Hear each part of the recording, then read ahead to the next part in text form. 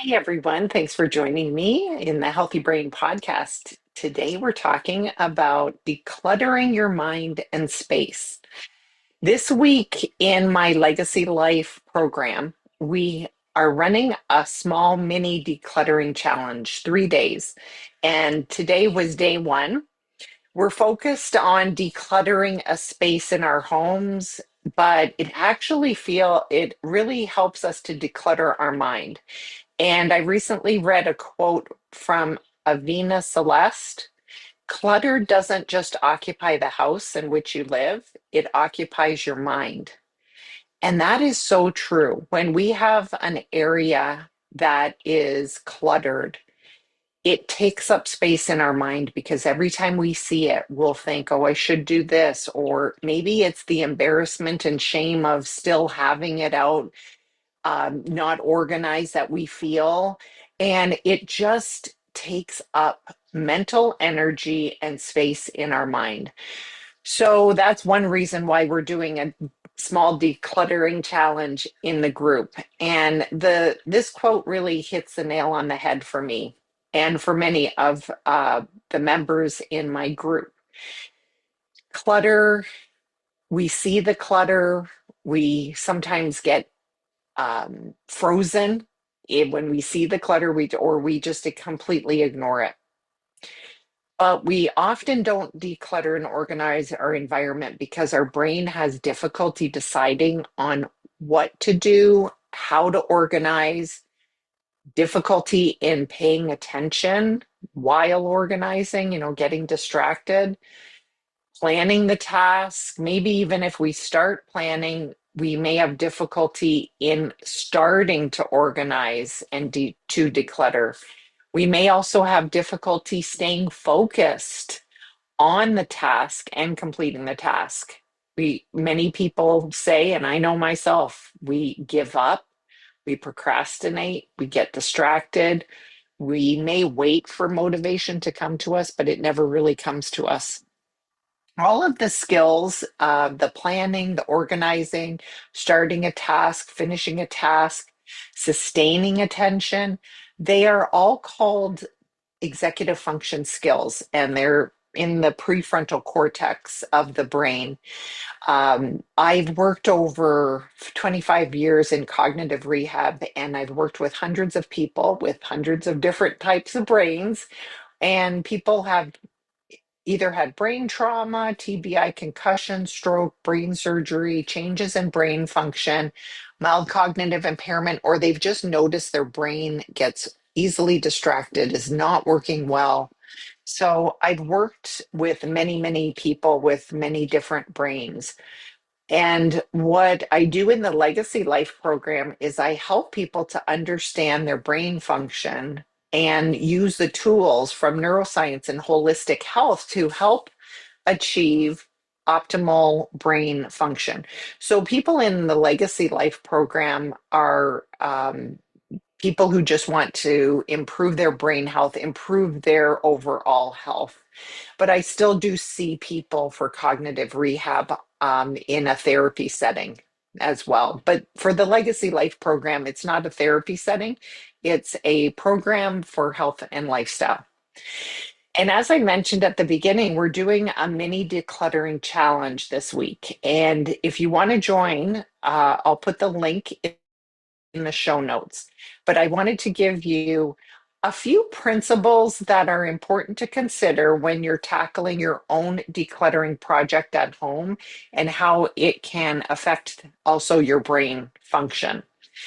First off, spend time decluttering your mind. That could be a meditation.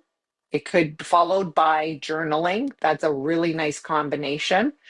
It could be writing out a brainstorm list to do. Just recently, I was at an appointment and I spent quite a few hours sitting in a room with, I had planned, I knew that it was going to be longer.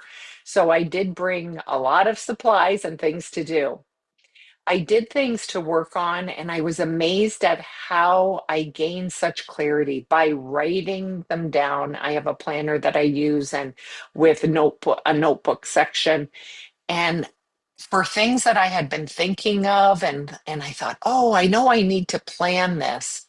I sat down and I planned out two or three things that were have been in the back of my mind, but I made the time. Well, I was didn't make the time. I was stuck in the room and I was given the time to do this. And having that completed, it opened up this possibility of, okay, now I can approach some other things, a project at home. So if you, a principle then is if you're finding yourself not starting with a decluttering project at home, maybe you need to just spend some time with a paper and pen and write down things that decluttering your mind, maybe things that have been on your mind. That's what I mean with the journaling.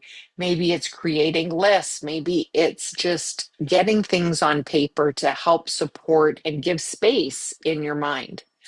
So let's jump into more principles for actually decluttering your home. You do want to have clarity on what you want to declutter and what you're capable of doing in a certain amount of time. That's really important. So you may have a few areas you want to work on, or you can see, oh, I need to do this or that in my home. But have clarity and really think to yourself, what will have the most impact and what am I capable of doing right now? These other projects, maybe they're going to be later in the summertime or later when I have more time. But right now, this is going to make such a huge difference. So have clarity. The next principle is don't just jump into decluttering. Plan for what you will do with the specific steps. These steps are linked to support the brain and the prefrontal cortex. When you sit down to plan the project, you're allowing your prefrontal cortex to come online, to meaning activate, and you can then use all those skills, the planning, the organizing, the starting the task, looking at possible obstacles and planning for the obstacles. And what another principle is, what are the planning supplies that you may need? And planning and organizing supplies. So it could be that you need boxes, shop your home. I just was looking for file, the bins that you can put files in and it's just a hanging file. And we have a few of them scattered through the house. So I found a couple and I'm going to be using that for my decluttering project.